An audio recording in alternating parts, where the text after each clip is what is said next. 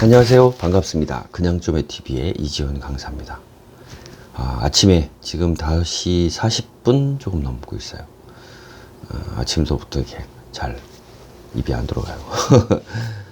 자, 오늘은 여러분에게 조금 드리고 싶은 얘기는 여러분 이제 원싱에 관한 책 이야기도 좀 나누고 이제 본격적으로 의욕적으로 제가 이제 시작한 일들이 되게 많아요.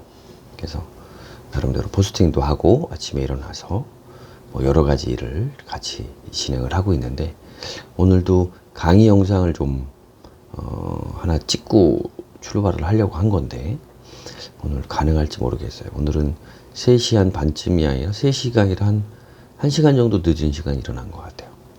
그래서 일단 오늘은 그게 가능할지는 모르겠지만 오늘도 최선을 다해서 영상 찍고 포스팅하고 아침에 알차게 한번 보내보겠습니다. 오늘 여러분하고 조금 나눌 얘기는 원싱이에요. 원싱.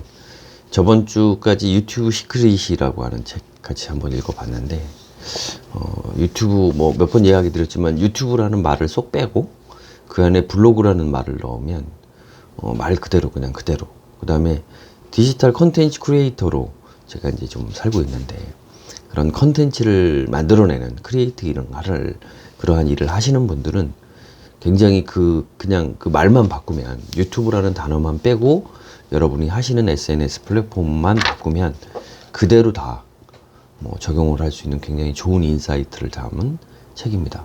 되게 책도 두껍지 않아요. 뭐 이 정도?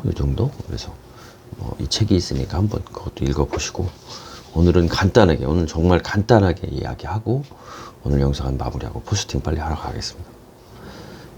일단 제 1부예요. 1부 거짓말에 관한 내용이고요. 40페이지네요. 40페이지. 그 1부 시작하기 전 서론이고 트루시니스라고 하는 단어에 대해서 뭐 여기저기 설명을 하고 있어요. 미리엄 웹스터라고 하시는 이거는 쉽게 얘기하면 1170여 년 전에 만들어진 미국의 영어를 위한 최초의 사전. 현재 미국 사전의 대명사이자 표준이 되는 사전인 거죠. 그래서 미리엄 웹스터라고 하는 이 사전에 올해에 대한 단어를 선정하기 위해 온라인 사전 검색을 한 거예요. 그러니까 매년 그 해에 단어를 뽑는 거죠. 그래서 이라크 침공 사태가 터진 후에는 민주주의라는 단어, 그다음에 그 이듬해에는 새로운 의사소통 수단을 설명하는 신조어 블로그가 1위로 뽑혔대요. 야, 이게 2000 몇 년인데 블로그가 1위가 된 적도 있었군요. 그다음에 2005년에는 정치적 스캔들이 많이 나서 청렴결백이라는 단어가 1위를 했다고 하고요. 그 다음에 이제 여기에서 이제 지금 오늘 이야기했던 트루시니스라고 하는 단어가 나와요. 이 부분 한번 읽어볼게요. 그러고 나서 메리엄 웹스터는 2006년에는 새로운 시도를 감행했다. 사이트 방문자들에게 후보 단어를 추천하게 한 후 올해의 단어를 투표하게 한 것이다. 정량적 문제에 정성적 피드백을 더하기 위한 시도라고 해도 좋고 그저 좋은 마케팅이라고 해도 좋다. 어쨌거나 다른 후보 단어들보다 5배나 많은 압도적인 지지를 받은 단어는 바로 사실 기반 없이 느낌으로 믿는 진실 뜻하는 신조어 트루시니스였다. 이 트루시니스의 뜻이 이거라네요. 사실 기반 없이 느낌으로 믿는 진실, 감으로 믿는 진실, 이게 트루시니스라는 신조어라고 합니다.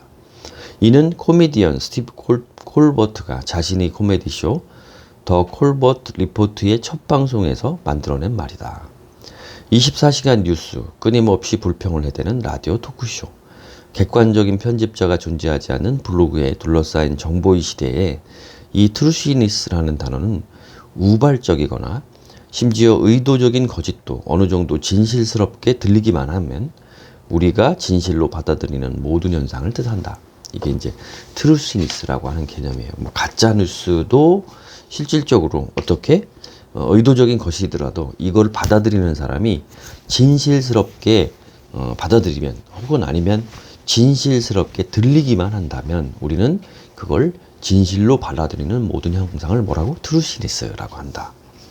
뭐 다시 한번 곱씹으니까 이건 절대 안 잊어먹을 것 같아요. 그래서 이제 그런 이야기들을 쭉 하면서 여기 이 책에서 이제 설명을 하고 있어요. 무슨 얘기냐면 이제 대표적인 예로 이런 설명을 하고 있습니다. 자, 예. 결국 헛소리에 불과한 상식의 홍수에 가려져 잘 보이지 않는다라고 하면서 이런 질문을 합니다. 혹시 상사한테 끓는 물에 던져진 개구리 이야기를 들어본 적이 있는가? 개구리를 끓는 물에 집어넣으면 바로 뛰쳐나오지만 미지근한 물에 넣어 천천히 온도를 높이면 가만히 있다가 그대로 죽는다. 이건 거짓말이다. 아주 진실스러운 거짓말이지만 거짓임에는 변함이 없다. 누군가에게 생선은 머리부터 썩는다라는 말을 들어본 적이 있는가? 이것도 사실이 아니다. 근거도 출처도 없는 미심쩍은 이야기에 불과하다. 탐험가 코르테스가 아메리카 대륙에 도착한 뒤 배를 불태워 본국으로 돌아갈 수 없게 만드는 방식으로 병사들의 투지를 북돋았다는 이야기를 들어본 적이 있는가?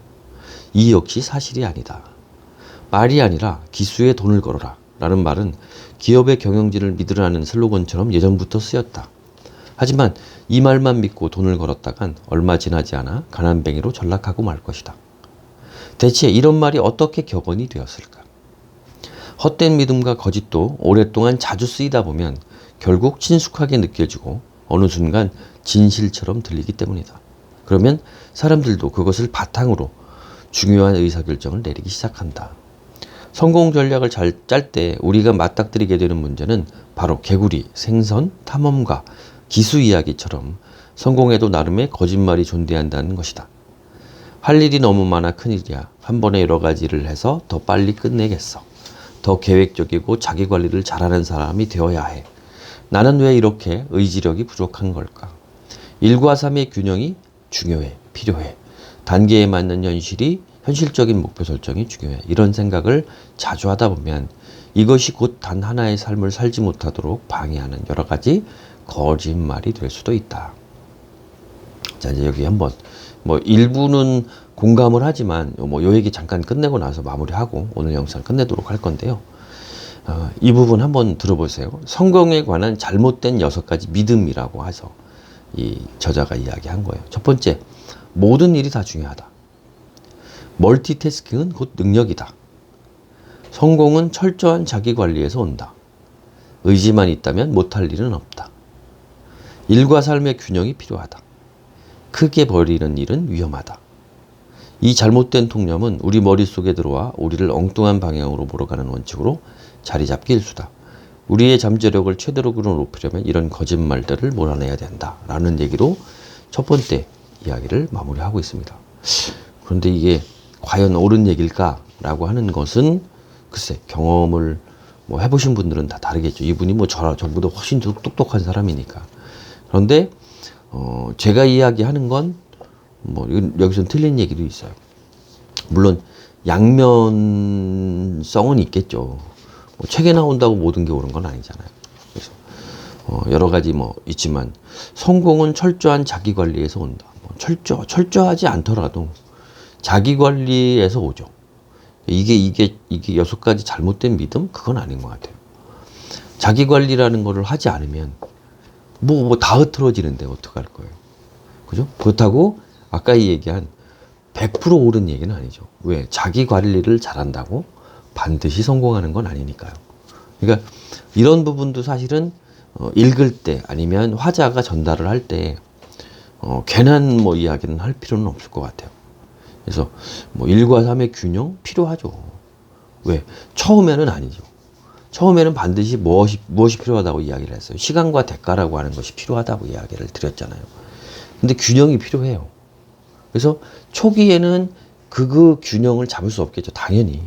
그런데 시간과 대가를 치르고 우리가 궁극적으로 계속하는 이유는 일이라는 것과 삶이라는 것에 균형을 맞추기 위해서 하는 거예요.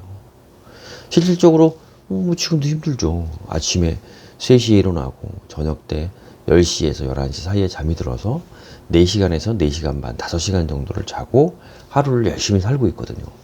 그러다가 피곤하고 저 나름대로 힘들면 낮잠을 자기도 하고요. 그런데 그런 과정들이 왜 필요하냐? 당연히 필요하죠. 그렇게 관리를 하지 않으면, 자, 이제 이 전제 조건은 그거예요. 봐봐요. 여기에, 자, 성공은 철저한 자기 관리에서 온다. 이게 잘못된 믿음이다. 그것도 잘못된 믿음인 거죠. 그죠? 그 무슨 얘기냐면, 지금 여러분의 모습이 어느 정도 웬만큼 성공한 사람들이 아니라는 거죠. 저 역시도 마찬가지고. 그러니까 지금의 내 모습이 있었다라고 하는 건 물론 열심히 살았을 수도 있지만 지금까지의 내 모습이 있었다라고 하는 건 내 관리, 내 습관, 무언가 내 행동에 문제가 있었다는 얘기거든요. 그러니까 남들처럼 좋은 위치에 가 있지 못하고 지금 제 위치에 있는 거예요. 그걸 바꾸기 위해서 무엇을 해야 될까요? 그렇죠. 일단 남들보단 혹독하게 나를 다뤄야 돼요. 뭐 그렇게 다루면 쉽게 질릴 수 있어요. 그거는 정말 듣기 좋은 얘기예요. 용기를 줄 때는 할 수 있죠. 여러분들이 할 수 있다라는 생각을 가지고 변화를 원하시면 변화가 되는 방향으로라도 일단 돌아앉으세요. 그죠? 햇빛을 보고 싶으면 벽 쪽이 아닌 창문 쪽으로 돌아앉아야죠. 일단 돌아앉는 행위부터. 그런데 그 햇빛이 너무 따사롭고 좋은 거예요. 그 기분이. 그걸 느꼈죠? 실질적으로 실감을 한 거죠. 야, 이게 너무 좋구나. 그럼 어떻게 했어요? 그렇죠. 햇빛을 위해서 일어날 테고. 그런 다음에 준비를 하고 바깥으로 나갈 테고. 그래서 안에 침투하고 있다가 바깥으로 나가는 거죠. 여러분들 마음도 지금 어딘가는 갇혀 있다고요. 방 안에 갇혀 있고 그거보다 저보다 더 힘들고 그것보다 더 힘든 분들은 어떻게 해요? 뭐 벽을 보고 있다거나 아니면 옷장에 들어가서 방 안에 또 거기에서 또 옷장이라는 안에 틀어박혀서 있을 수 있어요. 그런데 어떻게 해요? 나와야죠. 나와야죠. 그죠? 거기에서 나와야 돼요. 그렇게 나오려면 일단은 햇빛이 좋다는 것, 창문을 통해서 들어오는 바깥 공기가 좋다라는 걸 어떻게 해요? 느끼셔야죠. 그걸 느끼려고 하는 노력도 없이, 자기 관리 없이, 변화에 대한 어떤 마음 없이 무슨 자기 관리가 되고 성공이 되겠습니까?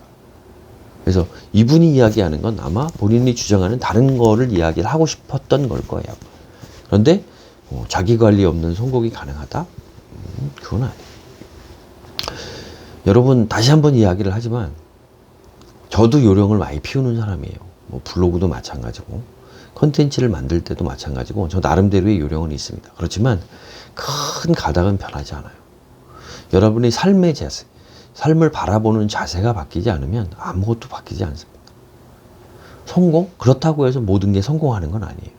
삶의 자세를 바꾸고 끝없이 노력하는 가운데 요령도 피우고 올바른 길도 선택을 하고 생각이라는 걸 머릿속에 담아야 되고 책도 읽고 블로그만 잘해서도 되는 게 아니고 인풋도 만들고 생각도 하고 무언가 마음 공부도 해서 어떤 기술적인 책들만 계속 읽어서가 아니라 마음 공부도 하시고 마음을 가다듬고 이런 것들이 계속 반복되어야만 여러분 옆에 여러분이 생각하는 성공은 가까이 다가오게 될 거라고 생각을 합니다. 오늘 좀 짧게 하려고 그랬더니 너무 또 길어졌네요. 일단 말하면서 입이 다 풀려버렸네요. 감사합니다. 그럼 다음 시간에 다시 뵐게요.